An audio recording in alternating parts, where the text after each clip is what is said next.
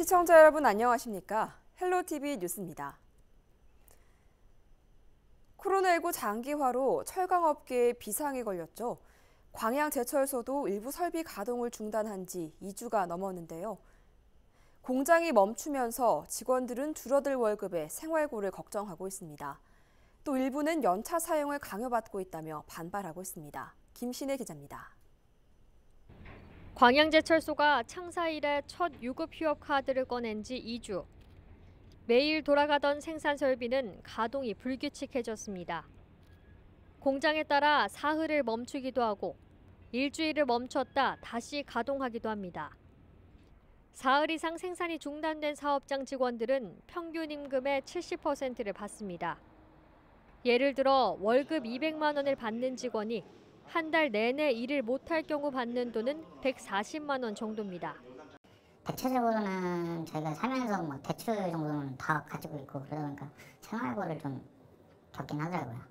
고정적으로 빠지는 돈이 있고 그 외의 돈들을 저희가 쓸 건데 실제로 제가 생활하는 비용들이 주는 거라서 그런 부분에 대해서는 이제 좀 생산이 중단된 사업장 외에도 현재 직원 대부분이 연차를 소진하고 있습니다. 직원 A씨도 최근 매주 하루씩 연차를 쓰고 있는데 A씨는 다른 직원들도 한 달에 이틀 이상 개인 의사와는 상관없이 정해진 날짜에 의무적으로 쉬고 있다고 말했습니다. 그때 5월 달부터 9월 달까지 연차를 최소한 12개 정도는 써라. 이 정도 그러니까 권장을 한 거거든요. 근데 이 권장이 한 달 만에 입장이 바뀌었어요. 그러니까 취직자들이 이거는 회사 입장이다 이런 식으로 얘기를 하면서 둘째 주, 넷째 주 금요일은 무조건 휴가를 가라. 최소 인원만 남기고 가라. 그리고 그날 못 가는 사람들은 그 주에 한 번이라도 갔다 와라. 직원들은 반발합니다. 쉬는 날에도 업무 전화가 빗발치는가 하면 정작 급한 일이 생겼을 때 연차를 쓰지 못한다는 겁니다.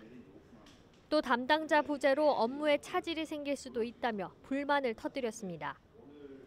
이에 대해 광양제철소 관계자는 취재진과의 통화에서 연차 사용의 강제성은 없다며 부서마다 여건에 맞게 자율적으로 사용하도록 했다고 밝혔습니다. 그러면서 어려운 상황에도 다른 회사처럼 희망퇴직이나 안식년 등은 현재 검토하지 않고 있다고 했습니다. 또 이번 조치는 어려워진 철강 산업의 위기를 노사가 함께 극복해보자는 취지라고 말했습니다.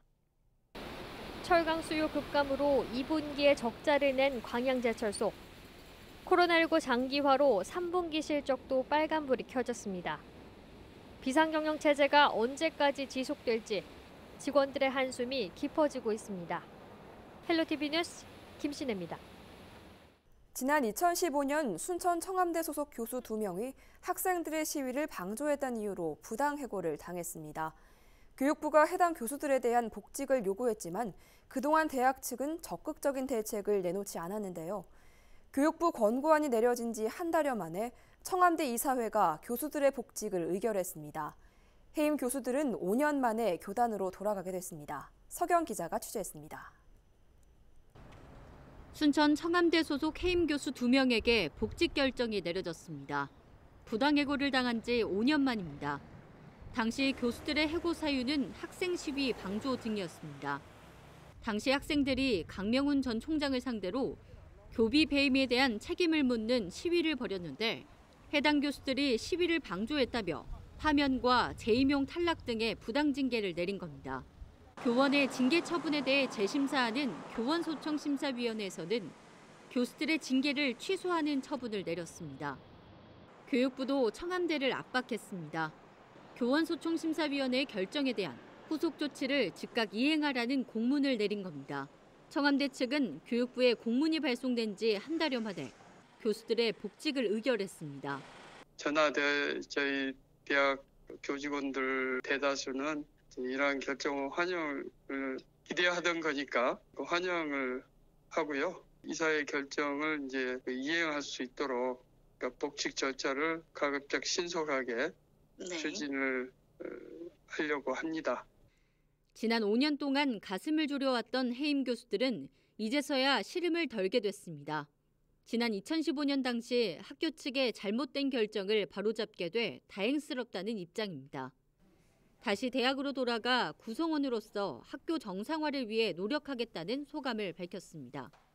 현 총장님하고 이사장 쪽에서 좀 상생하는 의미에서 좀 제일보다는 그런 선택을 해서 지금 열렸다고 생각되고, 또 그게 어떻게 보면 이제 학교를 앞으로 정상시키겠다는 그런 의지를 또 반영한 거라고 이렇게 저는 생각해요. 그래서 그런 상황이라면은 예전과 같이 그렇게 좀 원칙하고 황당하게 다시 징계를 내리고 하는 일은 이제 없을 것 같고. 강명훈 전 총장의 교비 배임 사건을 비롯해 교수 부당 해고 논란이 지속됐던 순천 청암대학교. 대학 정상화를 위한 구성원들의 노력이 첫 결실을 만들어냈습니다. 헬로티비 뉴스 서경입니다.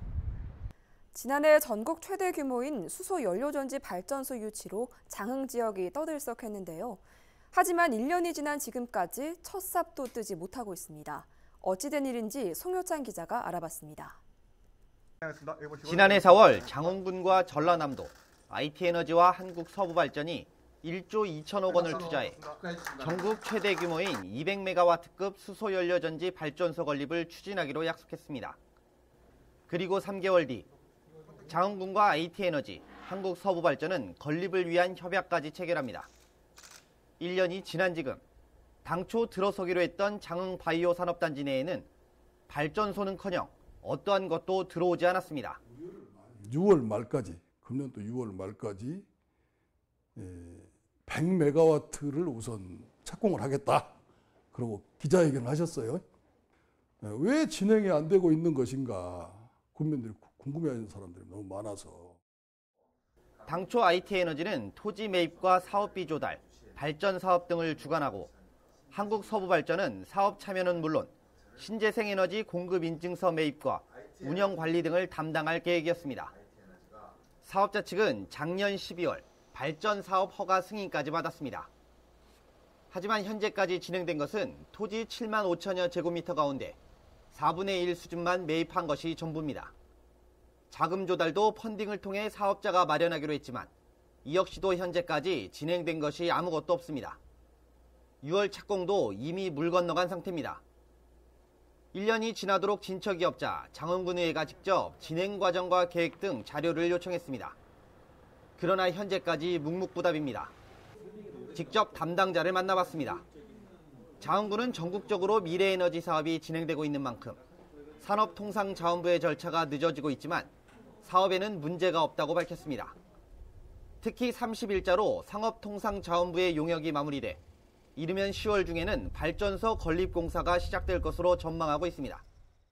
가격이 형성이 되면 서부발전하고 IT에너지가 아마 이제 계약도 이루어질 것이고 사업도 진행이 잘 될 걸 봅니다. 그래서 지금 그런 것 때문에 한 3개월 정도가 좀 딜레이 됐는데요. 그게 확정이 된다 하면 차질 없이 좀 될 걸로 저희들도 보고 있습니다.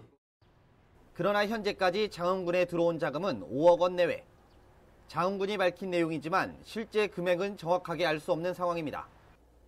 전국 최대 규모로 발전 시설을 건립하고 6,500명의 일자리 창출과 지역 주민 복지를 강조했던 장흥군. 1년째 제자리 걸음에 그친 사업에 지역사회의 우려가 커지고 있습니다. 헬로티비 뉴스 송유창입니다.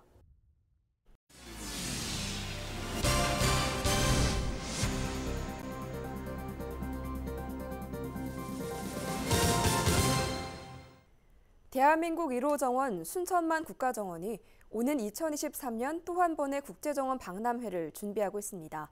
국제행사 준비에 앞서 정원을 어떻게 하면 더 효율적으로 운영할 수 있을까에 대한 논의가 이어지고 있는데요. 순천만 국가정원의 운영 현실과 앞으로 나아가야 할 방향을 짚어봤습니다. 보도에 서경 기자입니다. 2013년 국제정원 박람회를 치른 순천만 국가정원. 이후 대한민국 1호 국가정원으로 승격되며 지난해에만 1,000만 명에 가까운 관광객들이 다녀갔습니다. 명실상부한 순천 대표 관광지로 발돋움한 겁니다. 이런 가운데 순천시는 고심에 빠졌습니다. 오는 2023년 국제정원박람회 개최를 준비하면서 어떻게 하면 정원을 더 효율적으로 운영할 수 있을지 고민하고 있는 겁니다. 그동안 수없이 제기되어 왔던 적자 논란도 한몫을 했습니다. 국가정원 운영 수입은 입장료와 시설 임대료, 국가 보조금 등으로 세분화되는데 한 해 평균 150억 원에 달합니다.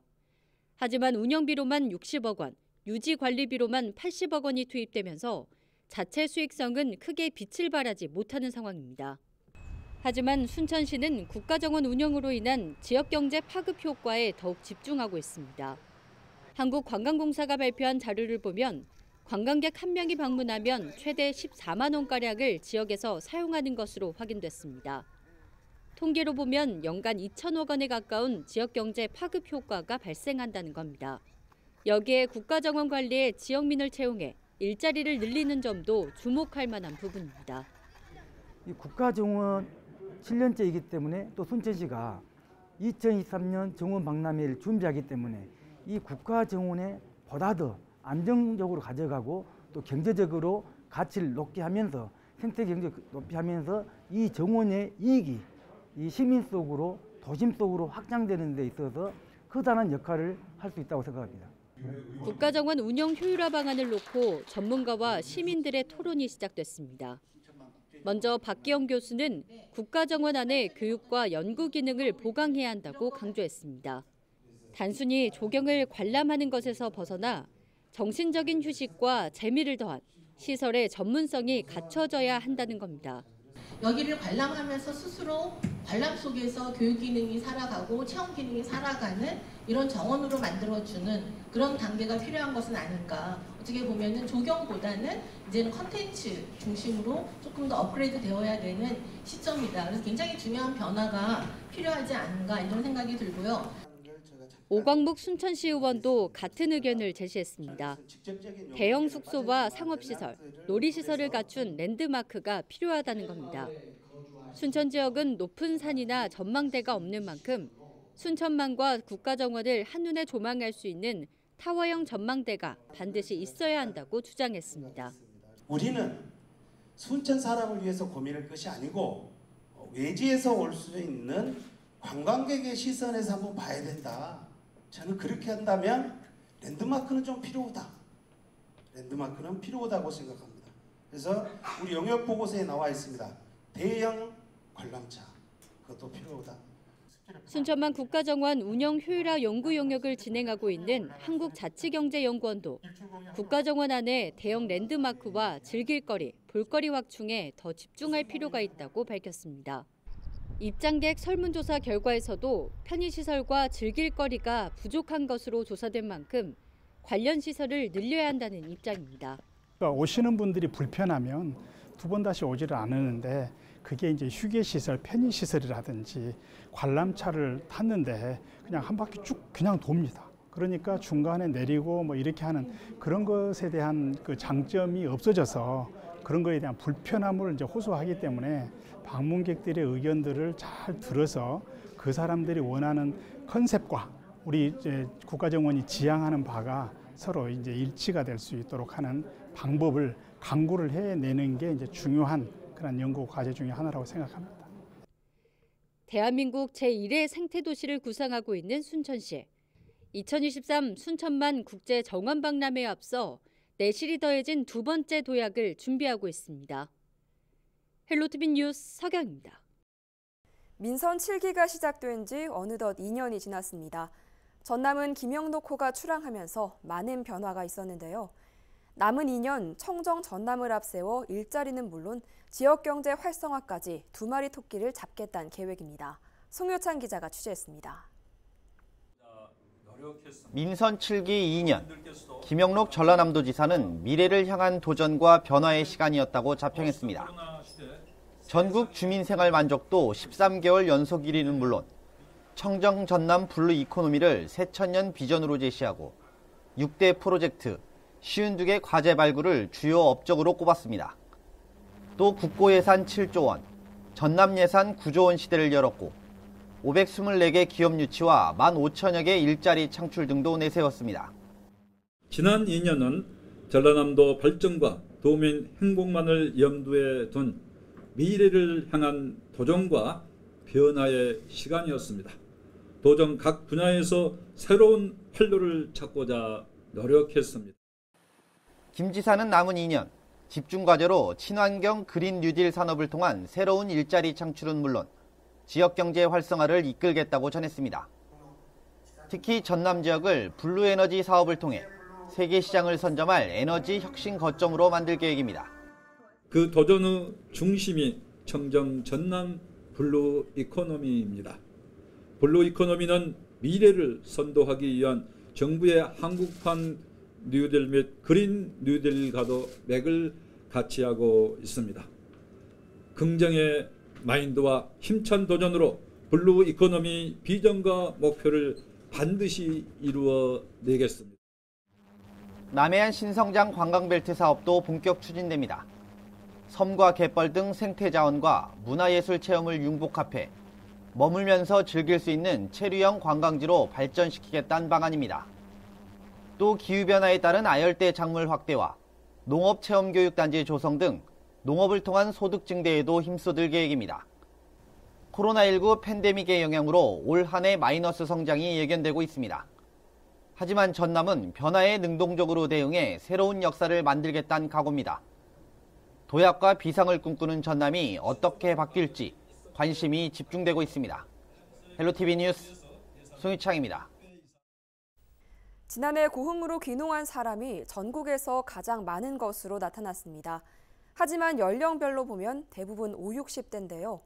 고흥군이 고령화율이 높은 만큼 청년 유입을 위한 구체적인 대책이 필요해 보입니다. 김신혜 기자가 취재했습니다. 경기도에서 20년 가까이 직장 생활을 하다가 지난해 고흥으로 귀농한 39살 하동수 씨. 고향으로 돌아온 하 씨는 먼저 귀농한 멘토의 도움을 받아 농사를 하나씩 배워가고 있습니다. 직장 생활 하는데 좀 스트레스도 받고 애들이 셋이거든요. 아들 둘, 딸 하나인데 직장 생활에서 월급 받는 것 갖고는 생활이 힘들어서 꿈을 안고 왔지요. 이처럼 고흥으로 귀농해 정착하는 사람들이 늘고 있습니다. 실제로 지난해 귀농한 사람 중 고흥을 선택한 사람이 176명으로 전국에서 가장 많았습니다.